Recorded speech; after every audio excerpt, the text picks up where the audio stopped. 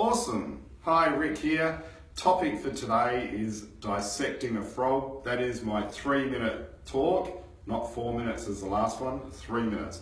So the first question I ask myself is, why are we dissecting a frog in the first place? My lovely daughter was saying she didn't have to dissect a frog, but she had to dissect a sheep's brain and she had to walk out because she felt sick. If I go back to my high school days, I'm pretty sure we had to dissect a frog in biology for some bizarre reason, and I didn't like it either. And I don't understand why, but I think part of the reason why we dissect animals is to actually learn their shape and their body. So I think one of the techniques that they used to do in high school is that you'd lay the frog out and pin the feet and the hands against the mat, and then you would get your scalpel and you would cut the frog through the middle. And then the fun part, I guess, for the people that like the blood and gore would be tearing open the inside of the frog is just because it's looking nauseous already, and then you would start picking out the little organs. I mean, I really like frogs. I reckon frogs are pretty cool animals. I actually like the shape of their legs. I mean, powerful animals, and their jumping ability is amazing, let alone the green tree frogs. They're a beautiful frog. If you haven't seen a green tree frog, make sure you go out of your way to get one, and get an aquarium, and you can have them there, and they're a great pet. I guess one thing you do find is when you do dissect them is what their food sources are.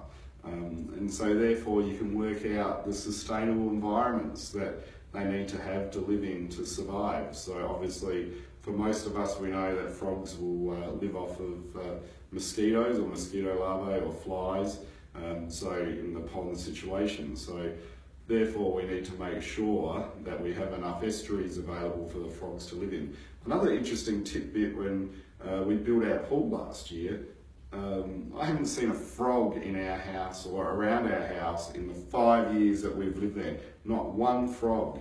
And then all of a sudden we get this concrete pool put into the ground. A bit of rain came in November-ish before we finished the pool, and voila, there was 4 frogs in the pool. Where did they come from, Jessica? That is what I want to know. They just randomly appeared from somewhere. And so we grabbed them out of the pool and put them into our pond, and they just disappeared again. I don't know. So do they just have larvae in the ground that comes out when it's raining? But their water source would have been miles to come to their pool. So that one did astound me, and it's a very interesting question, Andrew Schultz, about dissecting frogs. I guess it might not be an issue for us going forward, because apparently with global warming, it looks like that frogs won't be around for much longer because they won't be in a sustainable environment anyway.